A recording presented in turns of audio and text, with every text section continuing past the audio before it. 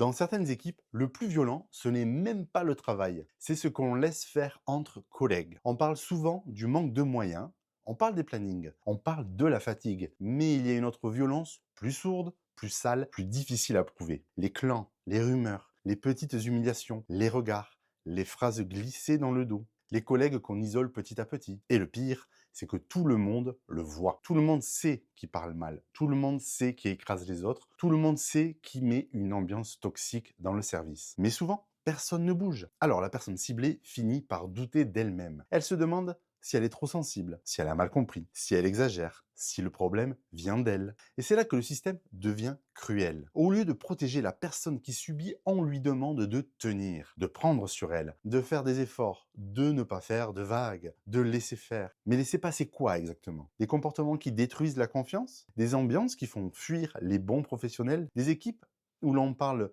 plus dans le dos des gens qu'en face? La hiérarchie ne peut pas dire «je ne savais pas» quand tout le service sait.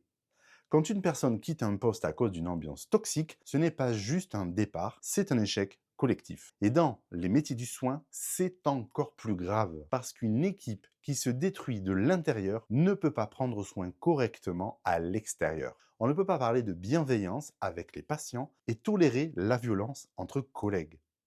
La bientraitance commence aussi dans les équipes. Si tu as déjà vécu ça, écris simplement «je sais» en commentaire. Tu verras que tu es très loin d'être seul. Prenez bien soin de vous et soyez vraiment votre propre priorité.